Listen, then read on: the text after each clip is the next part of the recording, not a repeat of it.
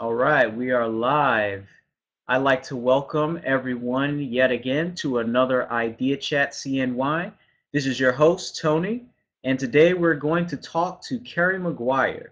He is the president and co-founder of Bouncir. He's going to explain a little bit about what Bouncir is, but before we get to that, I just wanted to let you all know, share your thoughts by hitting the question button below. We will answer your questions live on the air. Also, if you want to reach out to us on Twitter, you can use the hashtag IDEAChatCNY.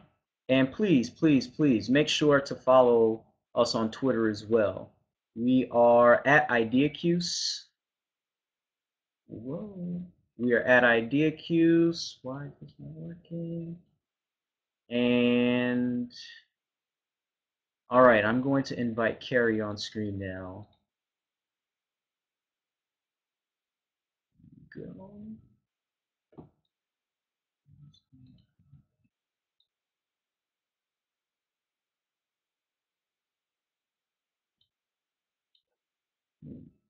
All right, we're having some technical difficulties here. I'm not sure why I cannot invite Kerry on.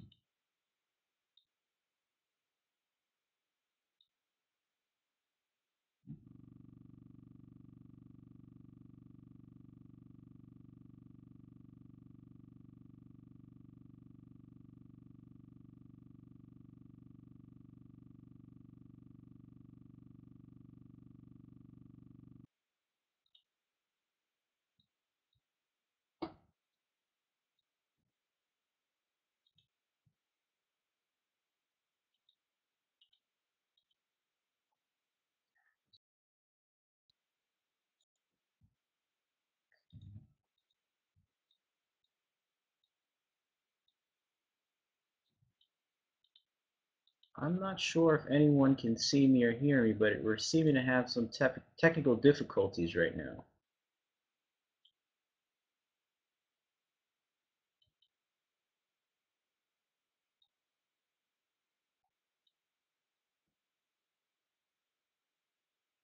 I think our producers are trying to get that working, but in the meantime, I want to let you all know that we have a number of other spreecasts that we've already had this week. We've talked to a serial entrepreneur, Kyle Blumen, on Monday. We've spoken to uh, a visual artist, a guy doing really innovative things named Lauren Covington on Tuesday. Yesterday, we talked to the COO of Elite Daily, and now we're to a president and co-founder of the Bouncir app, Kerry Maguire. So we are trying to get him on screen right now. In the meantime, this is the remainder of the schedule for this week. Tomorrow we are going to be talking to James Torrio of McKinsey Digital Labs, and he's going to be talking about product innovation, the process that they go through to really think of innovative new products for their clients. And immediately after that, we're going to be talking to Steve Seeger, a communication specialist and the director of the International Association for Business the International Association for Business Communicators. That's a tongue twister. Out in the North African and European region. So that should be a really great talk. Okay. Now we are waiting for Kerry to get back on screen. Um,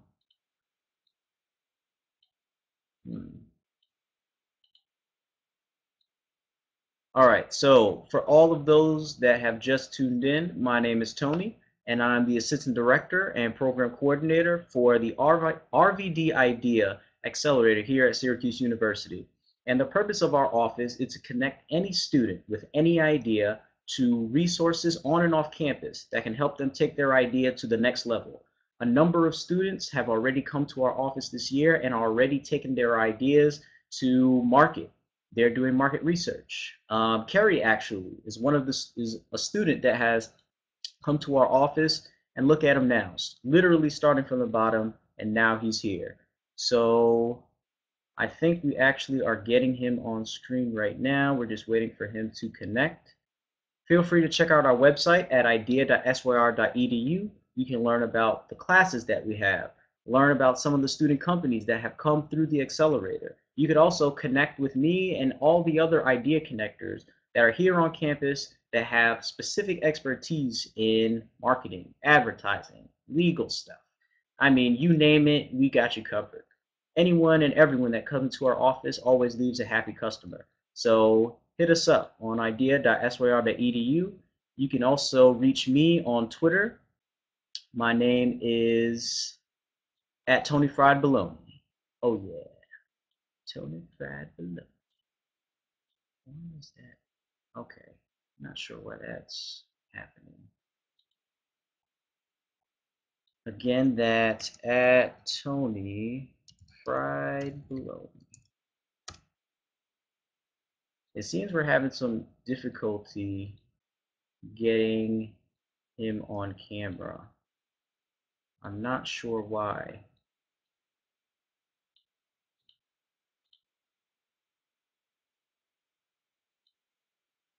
All right.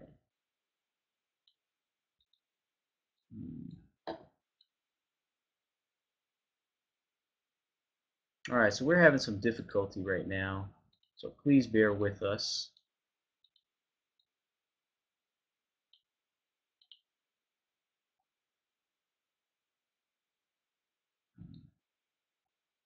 Yeah, something's wrong. We're having some super technical difficulties, so our producers are working on it. In the meantime, I'll actually share some great content from our website. So this past weekend, I was a coach and mentor at the Syracuse Startup Weekend. And essentially, this is an event that's held at least once every year in cities all over the world. And so this past weekend, I was a coach and I was going around helping different teams, students from all over upstate New York with different ideas. Some of the ideas were for products and services. And just to give you a sense of what people learn when they go to a startup weekend, a lot of people who go to startup weekend have never really decided to take that step and start their own business. And so startup weekend is for those people who are looking to take an idea and really just play around with it, see where it goes without really investing too much time and energy over months and months and months of meeting different people and hitting dead ends. This is really a crash course in what entrepreneurship is all about. And so students and community members, professionals all collide in a 54-hour event, taking an idea and really trying to figure out whether or not it's a viable business. Some of the student companies or some of the companies in general that have come out of Startup Weekend, last year we had a collapsible sailboat, and those guys have raised money. They've produced a prototype, and you can check them out on Regattable. I believe it's regattable.com. Check out this awesome design at regattable.com. Share this right now. Put this up for you all.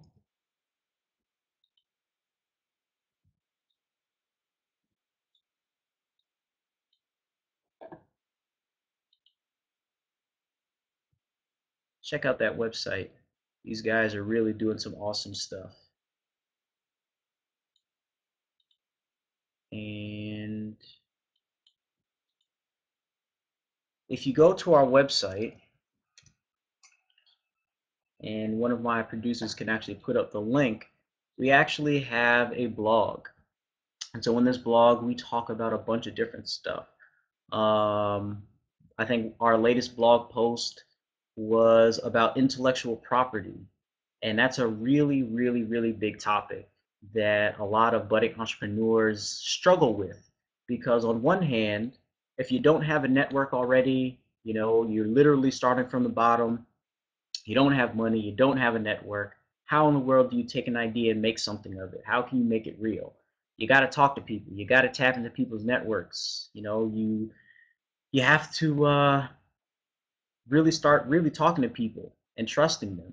And a lot of young entrepreneurs really struggle with the idea of telling my secrets and uh, putting the word out there that, hey, I have something that's really cool. The fear is that someone's going to take it and be this evil maniacal person or this evil maniacal company and take your idea, and then you'll just be SOL. In our latest blog post, we talk about that. We talk about that struggle and the kinds of things that you should and shouldn't say, the kind of things that you should consider. Written by one of our idea connectors, Erin, who's in the process of actually starting her own production company right now. We break down what copyrights are, give you some information about trademarks, trade secrets, and patents. Patents are really expensive. A lot of people can't afford them. So we really just try to give you a breakdown of what those key resources are and what those key topics are when it comes to your baby, your idea, and how you can protect it. We also include some resources. If you're here at the Syracuse University campus, you can head down to the Corey Hatchery in Whitman in the Whitman School of Business, or you can go to the Technology Commercialization Law Center in the law school and really ask those really deep questions about whatever it is that's concerning you and intellectual property. We also hold workshops in the spring. So this past, I think in October, we held a workshop, again, talking about intellectual property and how you can protect yourselves. So I think we have, oh, Kerry, can you hear me? I'm waiting for sound. I can't hear you. I don't know if you can hear me.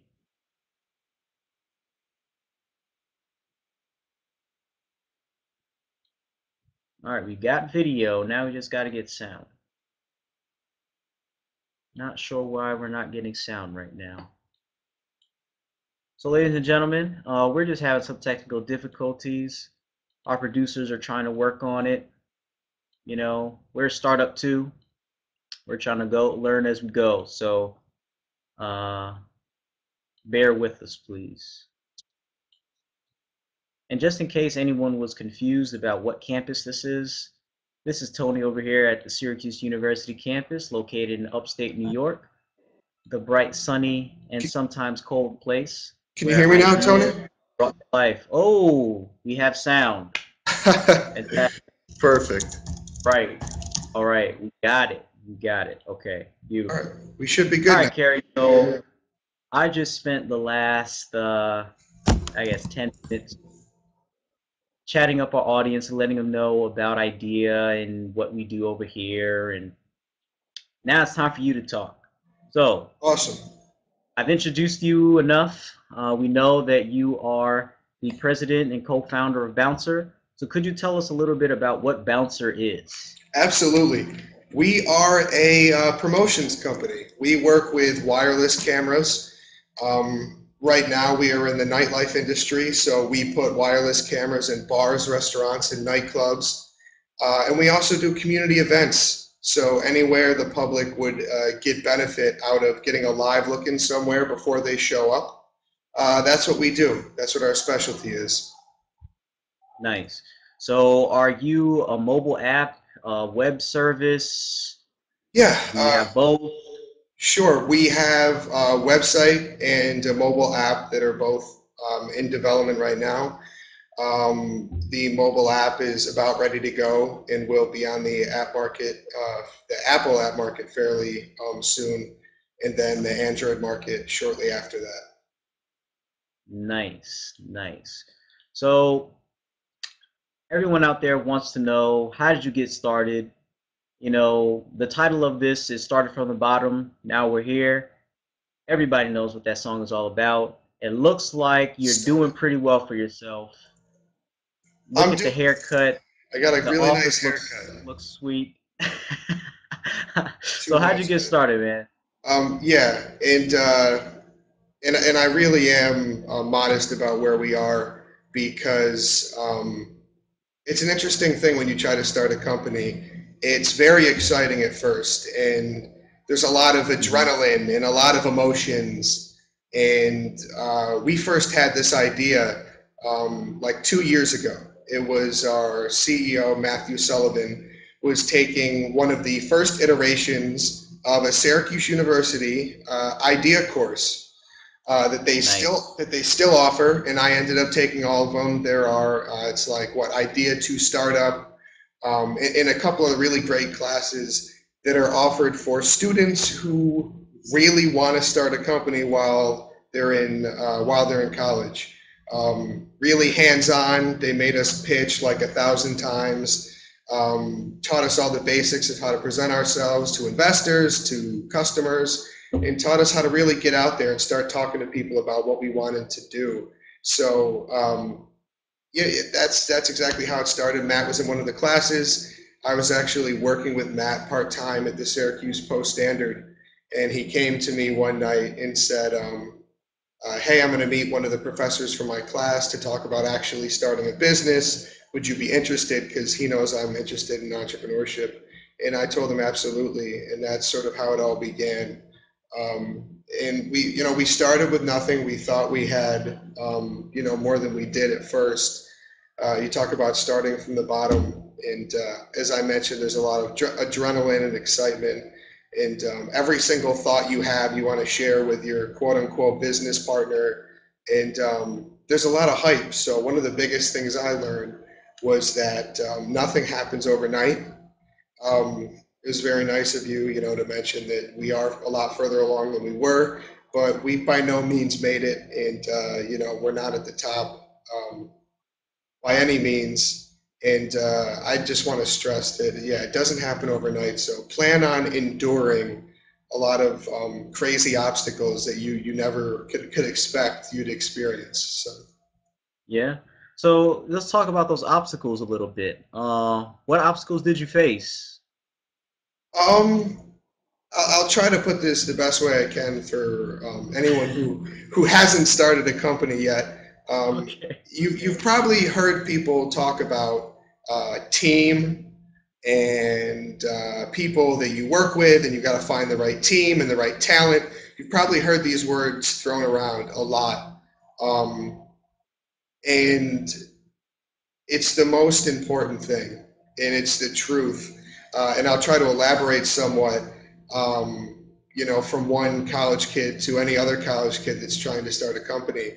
Um, you have to be bold, and you have to be willing to get to know somebody before you promise them a stake in your company, or before you promise them that you're going to pay them hourly.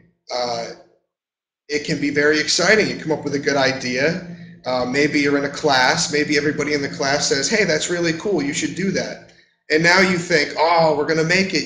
We're here. We go. We're off. We're on our way." And now we got to find the talent. Now we have to find our co-founders, our team members. And you're going to see a lot of people and talk to a lot of other kids.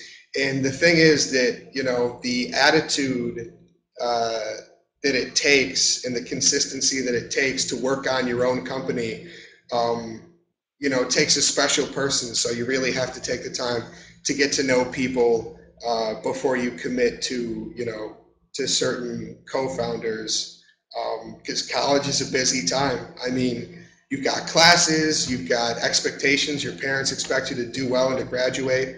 You've got all these external forces. Can you hear me? You still with me, Tony? Yeah, yeah, yeah, I hear you. Yeah, you've got all these external forces. You've got pretty much everybody in your life telling you that you need to carry on and start applying for those 9 to 5 jobs. And so just remember that if you might be sold on starting a company, but you've got to be very careful when choosing the co-founders that you're going to be spending all of your time with as you hustle to get something off the ground. So. So you mentioned courses a lot. You mentioned campus resource, and we actually have a question from David, and he wants to know, besides the IDS courses, what course or resource did you find most helpful while you were on campus?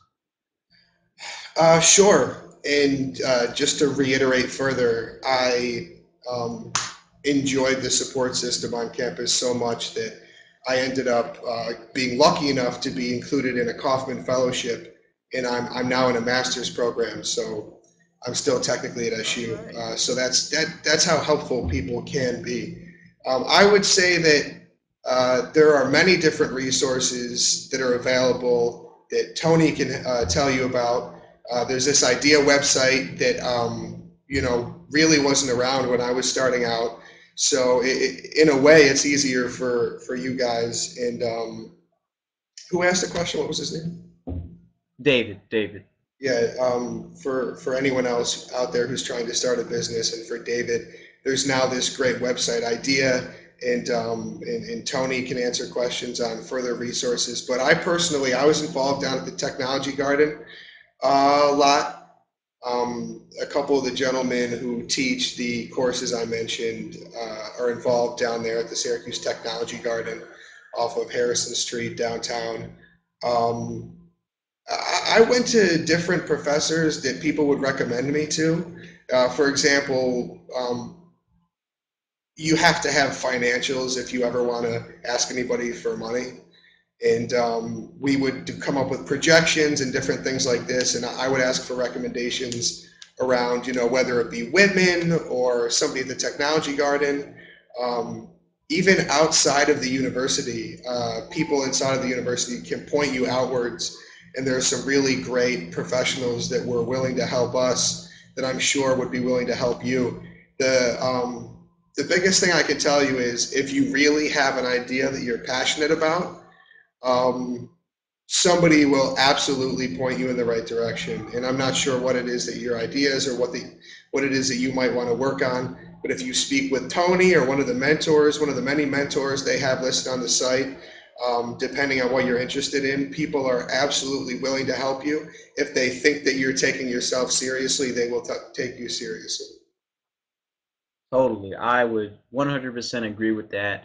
Um, like I said earlier in the Spreecast, you all can reach me or reach anyone in the office by going to our website, simply hitting on connect with us or come talk to us, and we'll set up a time, anytime during the day to meet and chat with anyone. You don't even have to be a student. As long as you can ultimately provide value to one member of this ecosystem to the other, we're the place where really it all starts.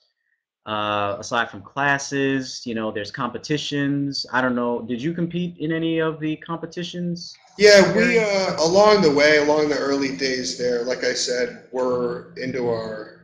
It's been over 2 years now, but our early iteration of the initial idea competed in Raymond Von Dran, the old Orange Tree funding, which is now Raymond Von Dran RVD funding, and Nice. we did win that competition, and we competed in a couple others. So that's one of the kind of goals that you can set for yourself if you are trying to start a company or you do have a really good idea. Talk to people about it and set a goal for yourself to participate in one of these competitions.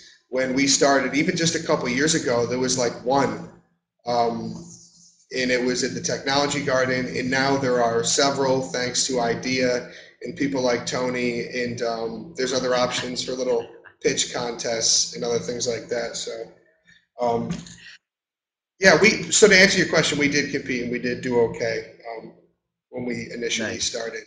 And people are very friendly. I couldn't stress that more. If you're really passionate about something, talk to one of these people and take one of these classes and really focus on it, and people will take you seriously. So we actually have a great question from Dee. She actually wants to know, um, can you give me any advice on how to network with entrepreneurs or investors? I know for tons of students, even those who are not looking to, start a company, networking and talking to people you don't know is always awkward because they have something that you want and you may not have anything that they want. Yeah. So what advice do you have for people, to kind of get over that mental challenge? Or even anyone who's not a student? Yeah, I like that question a lot because I consider myself an extrovert, and I think that I recharge when I'm around friends, family, professionals that I am acquainted with. But it can be tough to stand up in front of somebody and pitch your idea. Um, the biggest thing is to just be confident and remember that if you come from an honest place, that people aren't going to disrespect you for the most part. And if they do, keep on moving. I mean, I couldn't tell you. Um, I never got booed off of in front of a class. I never got booed off of a podium when I was pitching. Um, not everybody's going to be sold on your idea. Not everybody's going to want to listen to you because you're still a college kid. But a lot of people will, so that's why you go talk to people. And the people that aren't ready to hear from you because, they're in one place or another right now, then don't worry about it. But just pitch to everybody, talk to everybody. Don't oversell yourself. Just be humble. If you think you've got a good idea, tell somebody, hey, look, I think I have a really good idea. I understand it might take a lot of work and I have to still put a team together, but what do you think about this? Looking forward to talking to investors and networking with other people. There are events all the time. There are like probably 3 events going on right now that you could, close your laptop and go to on campus or downtown. Um, Last month, I drove down to Buffalo, New York, and they had like a ton of investors and accounting firms and professionals, lawyers, all sorts of people, as well as entrepreneurs. And it was this big event where they just let entrepreneurs pitch and talk to possible, investors and no commitments. There was no grand prize. There wasn't any prize. It was just this big networking event. And you go, and people that show up to events like this, that was actually Bright Buffalo was the name of that conference. And Upstart, was it Upstart New York? I think it's Upstart New York. Yeah, Upstart. Yep. Is another organization that's gaining traction. Entrepreneurship in general over the last 5 years, I would say, in the Syracuse area has grown a ton, So, just show up to events and talk to people. It's really not that difficult. Don't overthink it. And as long as you come from an honest, humble place, nobody is going to laugh at you or blow you off. I mean, it's a very noble thing. It's a crazy, insane thing to start your own company. It's absolutely insane. And that's why, most people don't know a ton of entrepreneurs. So remember that, and remember that you have that going for you, that you're willing to put yourself out there and be creative and hustle for yourself, for your own dream. That's what keeps me going, even though there are a ton of bumps in the road.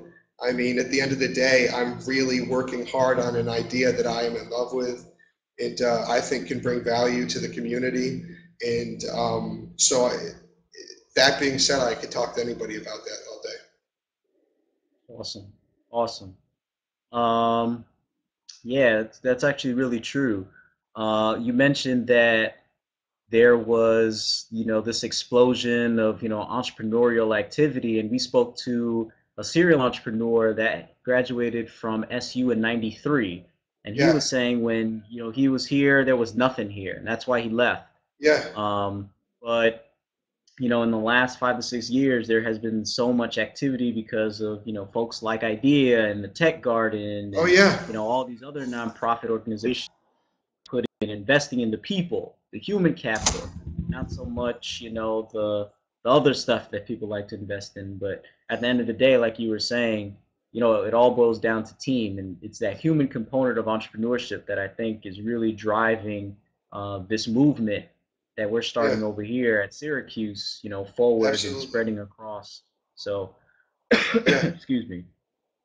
Yeah, So, I think that's very important to acknowledge and very exciting for anybody who is, day one right now. I have a really good idea. What should I do? Like I said, there's plenty out there that wasn't before, and there were people that even still pulled it off before these resources. So it's very doable. totally, Shout, totally. shout out to So, Brand yourself. yeah, right. Hopefully, we'll have him on an idea chat one of these days. Yeah, you That'd be should. great. Definitely should. Syracuse is doing it up in the entrepreneurship world. That's for sure. That's for sure.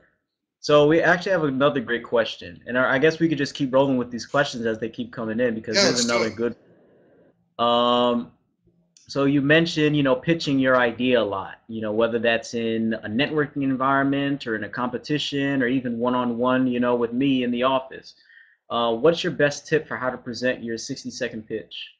Okay, I do have a fantastic recommendation for how to present your 60-second pitch because this is something that I've focused on. And I am telling you, I have done it the wrong way and I've done it the right way. And I've seen many people do it the wrong way and many people do it the right way. And go watch people, YouTube people, go watch Shark Tank, even though that show just makes me nervous because I know what it's like to pitch in front of people these days. But go watch people talk, and what you have to do is you have to not bore somebody, and you have to tell them exactly what it is that you're trying to do. So, in Hmm. other words, you say, what does Bouncir do? And I say, we're a marketing company. We work with web cameras. We put them in bars, restaurants, nightclubs. In the future, we hope to be everywhere: laundromats, bowling alleys, golf courses. It's a website, mobile app. You pull it up. You see what's going on before you show up somewhere. You see, I didn't give you any like ridiculous statistics. Like that's one thing that people tend to do is 9 billion people will pull up their smartphone this year. Talk like talk to them about that later, man. It's if somebody thinks it's cool what you're doing, I swear to you that they will come and talk to you after you give that 60-second pitch.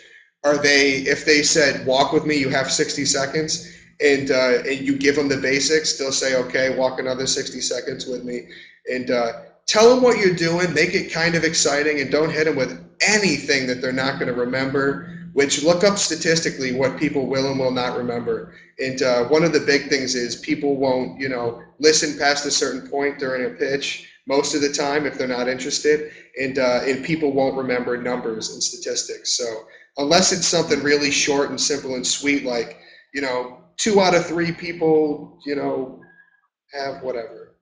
Make it short and sweet and potent. That's it. It sounds like David has a business that he wants to work on because he's just rolling with these questions. He wants to know if you have to give a 5 to 10 minute pitch. So after your 60-second pitch, you chatted, with an investor, Yeah, and they like you. Let's yeah. say now you're going on a second date with these folks. Okay, they're giving you 5 minutes now. How much does your presentation change? Um, I'll add more about who we are as a company, who my partners and I are. I will add credibility to that, initial pitch. And I won't take over 5 minutes. Sometimes people will give you 10 minutes to pitch, right? I'll Hmm. usually I'll usually still give them 5. That's just me.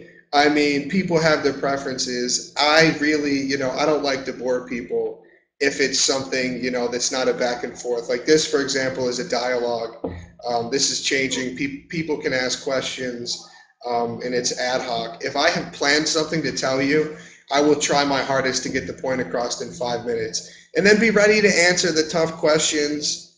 Don't act surprised if they ask you the tough questions. If there's something you don't know, follow the age-old rule of not lying, but saying that's a great question, and we understand that this is something we have to work on.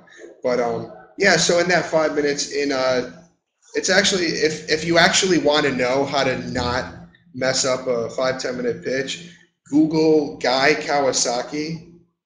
I'm almost positive that's what his name is. Guy Yeah. Kawasaki, and he's got this outline for like it's either 5 or 10 slides for a pitch, and it's absolutely brilliant. I think it's 10 slides, and Guy Kawasaki is just a complete badass, and will tell you how to pitch and not bore anybody and get your point across. Right. There's like some things you have to have in there, like uh, what technology are you using? Why are you credible enough to do this? What are your projections? Have you talked to your customers? Have you talked to your clients? And things like this. But just Google Guy Kawasaki. That guy's a maniac, and He'll tell you exactly how to do it. He's got a downloadable Yeah, PDF. totally. You know what? I would add a couple things to that. So, there's actually a website called the excuse me, the bestpitchdecks.com, and I'm gonna put the link up here. And on this website, you'll find, pitch decks from companies that you know and love, like, you know, Airbnb and even Facebook's first pitch deck. Yeah, that's It's awesome. crazy. That's awesome. Um, Really cool website, shows you, how bad things were Yeah. and also how good some things are. So I would say, go, think of your favorite companies that are startups and, see if Google can pull up some of their old pitch decks. Not only will you be able to get a sense of what information to put in there, but also the flow, because that's another thing that I think folks struggle with is, the flow of your pitch. A lot of times it's very, one, two, three, four, five, six, these are the things that I want to talk about, but then there's no, human component to it. It's really all statistics based, So People want to. try to tell a story. Yeah, yeah, and you literally just said it as I was cutting you off to say that. As I mentioned, I'm definitely an extrovert, and I definitely recharge by hanging out with people and talking to people. People want to hear stories, man. That's just in general. Somebody was talking about recently, and I can't remember who or what or why I heard this, but somebody was saying, listen to comedians, like watch comedians and their delivery. That doesn't necessarily have to do with your 5-10 minute pitch, but as far as networking and being comfortable around people, that is look up really, really well-known comedians and how comfortable they are talking in front of huge audiences on camera. It's ridiculous. And watch their timing, as well as tell people a story. When we give our 5-minute pitch, we open with, have you ever been in a city or town that you didn't know about and you wanted to know where the local hotspots were, or you wanted to, go out on a date with your significant other and you didn't know where the scene was. Now imagine you could pull up our mobile app, swipe through a couple of restaurants near you, bars near you, and say, oh, I like that one. It's not too crowded, low lights. We're going to go there. And so, see, that's a story. That's something people can relate with. And there are a lot of different examples of that. But people like to be told stories. They don't like to be given advice. That's definitely Yeah. Mm. as we sit here and dish out all the good advice, right, Tony? Hey, right. No, So, but when you're trying to sell somebody on something, you got to tell them a story. yeah. So what about humor? You mentioned comedians. Um, where I've seen some really terrible attempts at, being humorous during a pitch to the point where people in the audience are offended. Okay. Yeah, So, do you use humor in a pitch? Or, if you have, how have you done it? I What's your strategy? have. I have in a relatable way. Like usually it depends on who I'm pitching to and if I'm in a boardroom or if I'm in a conference room.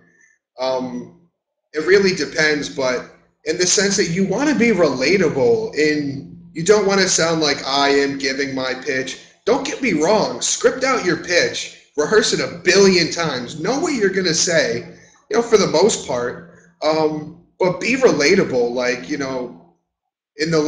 one of the pitches I gave like a month or two ago in Buffalo, somebody said something during one of the slides, and a couple people laughed, and I made a follow up like, yeah, we're used to that or something like that, and people laughed. Don't try to be funny during a pitch. As well as Tony, I've seen people like have pauses for people to laugh during their pitch or say something obviously trying to get a laugh. That just has no place in a pitch. But be Yeah. relatable. Be relatable. And if you have a story, like I said, have you ever been downtown before and you were lost and you broke your phone? which by the way I did. Yeah, it's cracked in half. I got to go to Best Buy. Have you ever been downtown? You broke your phone. You can't find your friends. It's late. You can't call a taxi. Now imagine you could do blank and whatever it may be. And it might be something that people might chuckle at and say, "Holy cow!" That happened to me in college. I get where they're coming from, but Hmm. yeah, don't go crazy with the humor thing. Just be related. Try to be relatable. Yeah, I think the end goal is to just be you. Like you said, is if you're Yeah. coming from an honest place, you know, don't fish for the Mhm. laughs. Just let the laughs come, and if they don't, then it doesn't matter Yeah, because man. you're awesome anyway. So it's just that Yeah, simple, yeah. right? Like I said, I mean, you have to be yourself. And if you're being genuine and you're not being cocky, oh, that's a big one. Especially if this is one of the last things that we're going to say. Um, for heaven's sakes, please, please, please, anybody watching this live or who will watch this in the future, when you start out, be as humble as you possibly can, because you have absolutely nothing. And True. like I said, I still haven't made it. I'm well on my way. I'm better off than I was. We are as a company, but the times that I fell and the people that I saw fall on their faces because they were way too cocky about their idea or how far along they were. Um, I'm telling you right now, you're going to try to start an app or a website, and someone's going to tell you they can do it, and you're going to tell people, oh, it's going to be done in a month. And then 3 months later, when you still don't have it, you are just going to look like an absolute jerk. So just be as humble as you can. Don't True. promise too much, and and try to be relatable, and just be really genuine, and be willing to stick to it and stick through it, as it were, because nothing happens overnight, like I said. True. True. True. Anytime you think it's going to take you, however long you think it's going to take you, multiply it by three, and that's probably how long it's going to take you. Three Yeah. times as much money, three times as much time. Yep. That's just how it works. Um, Absolutely. okay, so we're going to take two more questions. Okay, Yeah. so let's see here. Do you have any advice for people starting off on how to keep their spirits high? Because yesterday we were talking to Jonathan, and he was saying how you get punched in the face, figuratively, of course, by when you're trying to start a company. Things happen, things don't go right. Teammates decide to just start flipping out and being crazy, yada yada yada. So how I've do you keep never your spirit experienced high? any of that. Never experienced any of that. I'm being as sarcastic as I possibly could be. Um, Man, I don't know. I used to be way more volatile, man. A Okay. teammate would flip out. Somebody would blow past the deadline and act like they didn't know what I was talking about. But Okay. oh man, I was volatile. I'd want to, you know, stomp and be pissed off and punch through a wall. Oh, Um, I hear you. it's the patience factor. It's Hmm. really strong piece of advice that I was eventually given was, don't believe everything somebody tells you. You have to work really hard for yourself, and your team has to stick together, and you have to be realistic, and you have to just keep your cool. It's going to help you more than anything when you put a team together, and especially if it was you who started the team. You have team members that freak out or somebody misses a deadline. If you are the person to keep your cool, even if someone's attacking you and your character, if you are the person to keep your cool, you will always be in the game. And as long as you keep chipping away at it, you will always be in the game. But the second you start, putting your hands up against people who say something you don't like and getting into arguments, it's not productive. You have to be the bigger person. You have to keep people on track, and you have to stay calm. And that's a whole nother chapter of how to be an entrepreneur and how to be a leader. But if you could just remember to keep your cool, and if something bad happens, tell yourself, oh yeah, I heard those, wacky kids on that one Spreecast talking about how this would happen. So just please don't act surprised when things go wrong. That's and give that advice to other people. Don't act surprised. I told you we might miss this deadline. Now let's see what we can do to fix it, and just look forward, because that's the only way you ever end up making it and making progress in entrepreneurship. That's my True. Truer words have never been spoken. opinion. Our last question, David wants to know, did you ever consider working a 9 to 5 job, or did you always know that you were going to be an entrepreneur and start a business? If you had that entrepreneurial mindset, how did you change your perspective as a student? um, Yeah, I pretty much always knew that the 9 to 5 wasn't for me. I participated in this business program when I was in high school called Junior Achievement.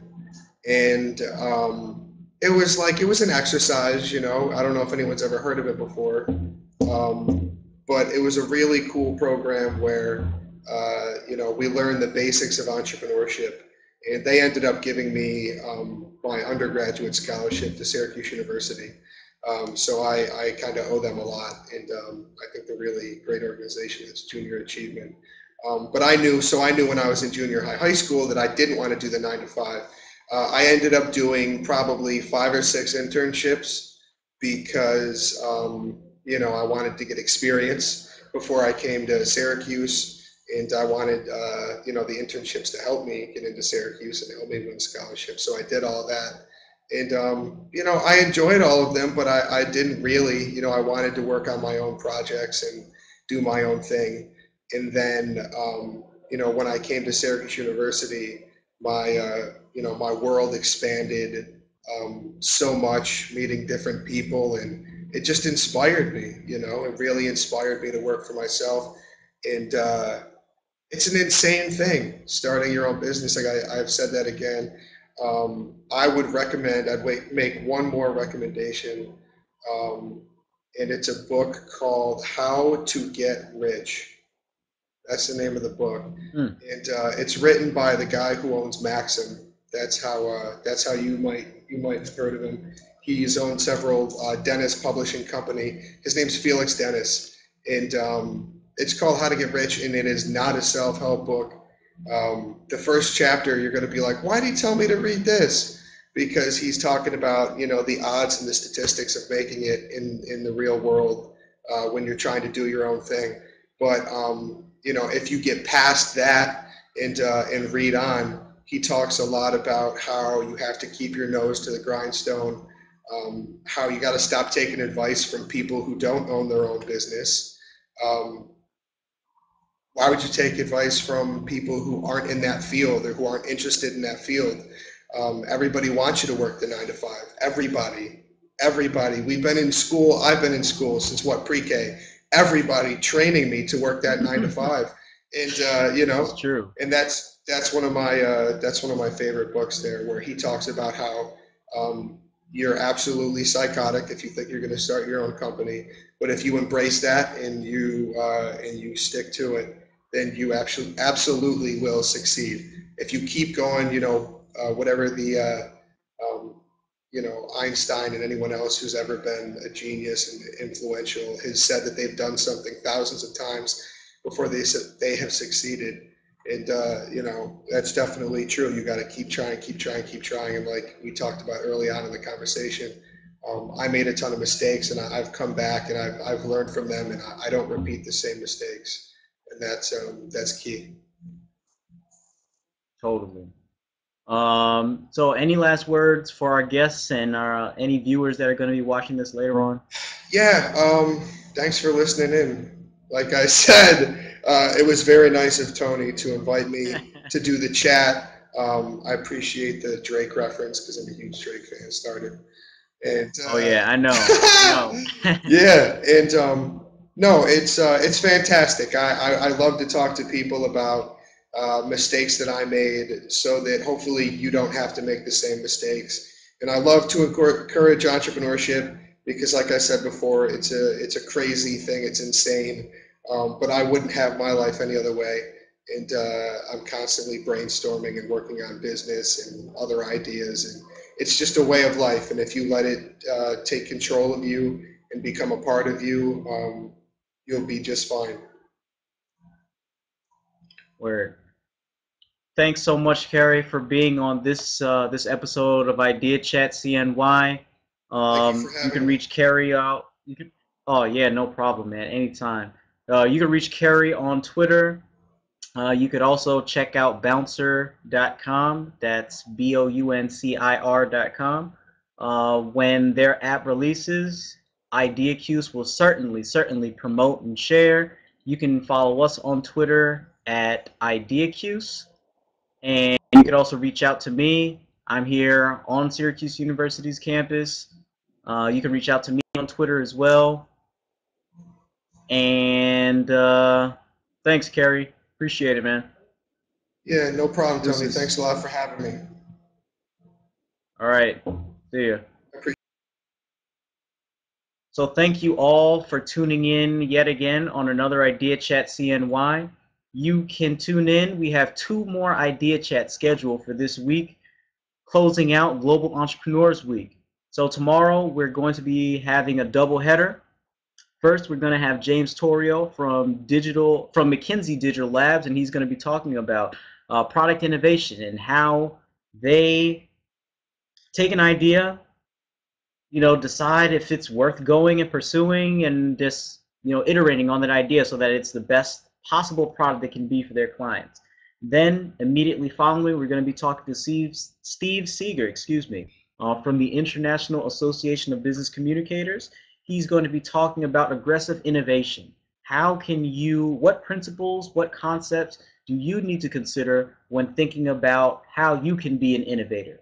We often talk about how, this cool idea is really innovative, but really that's not necessarily innovation. That's just a cool idea. So how can you really be an aggressive innovator? Um, Thank you to all our guests for those really awesome and really great comments. And last but not least, check out our website, idea.syr.edu, to learn more about what we're doing over here at Syracuse University. My name is Tony, signing out. Everyone have a good night. And cheers to all the entrepreneurs and budding entrepreneurs out there that are tuning in to learn what they can do now to be the best entrepreneurs they can be. Have a good night, everybody.